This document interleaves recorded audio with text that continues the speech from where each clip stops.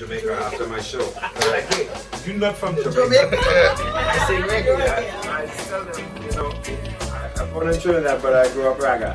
You know, This is Michael Gabriel in Jamaica for the first time. Also with his wife, you understand? With the great Cali right away. Real deal. Kush straight out of the bush. You understand? Talking to my mother, that's my mother Paulette Ferrer. You understand? Here in Jamaica. And I'm so happy to see my friend. We've been planning this for over 20 years. Yeah, I invite Glenn. Yeah, I invite Glenn to come here and Glenn end up dying. And I get to reach Jamaica. Yeah.